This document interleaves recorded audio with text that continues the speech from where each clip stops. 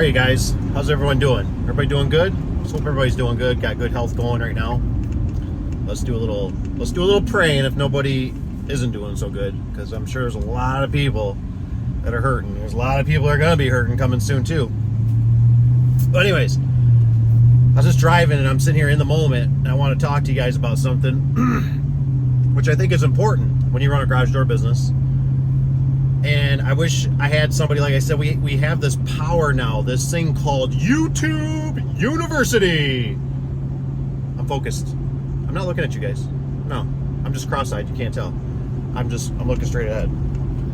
But anyways, I want you to understand the garage door business. I wish I would have learned this. I wish I would have had a mentor. I wish I would have had anybody, something in my life that could have taught me these things. And that would be the power of, like I've said it before, the power of no. And what I'm getting at here is, follow me to the end here, is I want you to understand that when you are doing jobs, right? I've had this happen numerous of times. Now, if you are a seasoned installer or an owner, operator, you know about this stuff, right? You're probably kind of laughing, chuckling.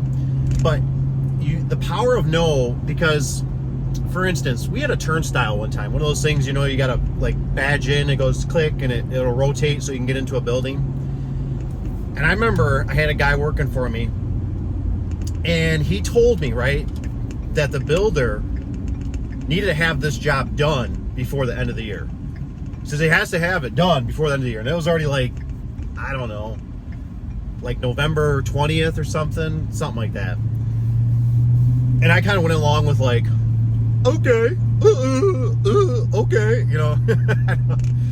So my one vendor that we normally always go through, and I went against the grain, couldn't get it in time. So I found this other company down in Chicago that could get us it, right? And I'm not a seasoned person. I'm not saying I'm an expert or anything by any means with turnstiles. So I literally spent the money, the gas, the time, the wear and tear on the truck, the risk of getting into an accident, killing myself, all these things, right? Going down to get these turnstiles, just because the builder has to get it done before the end of the year, right? He has to get it wrapped up. And I cannot tell you how bad that impacted me, because that job was always with us for even one of them to this day. But it went on for 5 years. 5 freaking years. 5 years. What do you deal with in your life for 5 years? Maybe a kid? Maybe a squeaky door? Maybe a car that drips a little bit? Just saying. This thing went on for 5 years, and the thing had malfunction after malfunction after malfunction.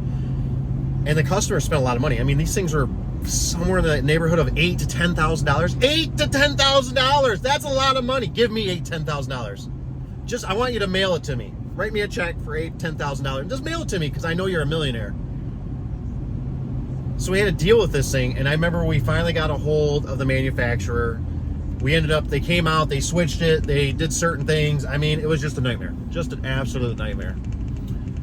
And I told myself, I said, I will never do this again. I will never, ever go against my wisdom, my thought process, that if we have a situation like this and an inferior product, I will never do this again. Because the only person I hurt was me. That's all I hurt. I hurted me, my family, my employees, everybody. I put everybody at risk, because now we're going there and we're doing free service call after free service call after free service call. More time, more money, more energy. It was horrible. It's horrible. And then you get people in the, in the business world or whatever, and they, I want to raise. Well, I got, I think we all have this. Comment below. As business owners, as people in general, we want to help people, right? But I remember this one guy who did concrete one time, and I was in the Lowe's, and I remember we were sitting at the checkout, and I walked into him. I said, hey, what do you do with your employee? I said, how do you give them, how do you give them more money? How do you give them more money? And he says, he just flat out told me, he goes, you know how they get more money? He says, they need to make me more money, And he said, that's how they get more money. And I was just like, that is a pretty simple answer. That kind of makes sense. So I tell you this because I found out I should have went through my vendor because they already know the product, right? And it was a little bit more money, and then we would have had to wait. But I always tell myself is, a lot of times, is that the customer doesn't know what they want. I'm not trying to insult it by any means, but what I'm saying is they don't know the product, right? It's like me. I am not a transmission expert, right? I go to my buddy down the street, and I ask him, and I go, hey, what would you do if it was yours? And you're doing this with it, right? That's like what I do when I go to customers, right? When they got houses, I'll tell them, I'll say, what are you doing with the house? Are you going to flip it? Are you going to rent it? Are you going to sell it? Is this your forever home, right? And that changes the whole dynamic of the situation. It's going to be my forever home. Then let's get you a good quality product. Let's get you a door that looks nice. Let's get something that fits your house. Let's spend the time. Let's make it right, right? You're going to flip it? That's somebody else's problem. You just want cheap. Let's just give you something cheap, inexpensive, and let's just move on, right? All these variables. So what I want to get at, the point across here, is don't go against, go with your gut. Go with your gut down here. Ugh, can't see it. That big one. Big gut. Go with your gut. Whatever you feel like in your gut, and you say that this is how I look at it. Don't let them divert you. Anybody. Don't let employees, the customer. Just put down the law. This is how it's going to be. This is how I'm going to do it, because ultimately, 5 o'clock on a Friday, guess who's going to be there? You are. And guess who? Nobody else is going to be there. All the other people that made the choices. And then they're going to ask for free repairs. Something's going to happen. They're going to go, well, we're going to get a discount on that now, right? It just snowballs. Don't even be a part of it. Just there's things that are opportunity times, and you just got to deal with that situation at the moment and go with what you believe. Otherwise, just walk away. I'm telling you, it's a lot easier. I had a hard time doing that. There's been a lot of things I don't want to lose a sale on. But I look back, or I drive past, and I kind of chuckle, because it's just better to say no than to get involved in something. And like I said, it goes on for 5 years. It's not a good situation. I had a customer one time, this one, I'll tell you a quick one. We did a roll-up door. It's a chemical place. And I remember the slats, we were going to change out the bottom slats.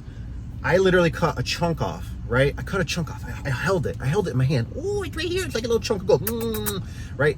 And I knew this was going to be a son of a biscuit to find.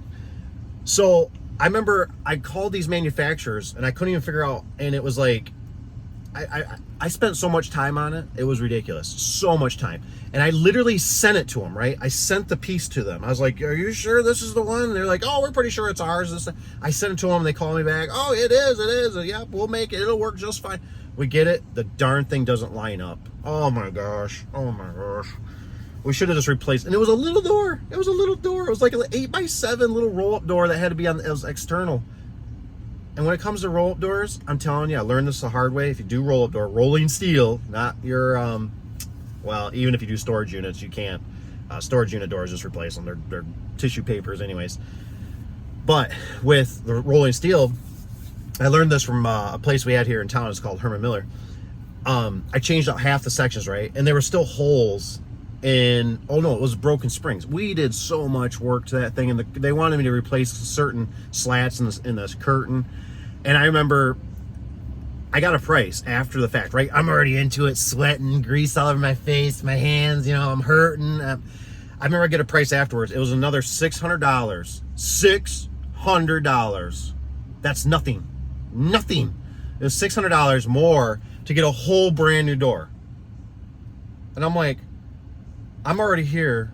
I already had to take a forklift. I had to forklift this curtain down. The curtain's already bashed up. It's already in bad shape. Now the customer thinks, I can't even explain this to the customer. How do I explain this to the customer? And go, oh, if I buy the curtain and then do the work, we've doubled, tripled what we could have got you just a brand new door right from the get-go, right?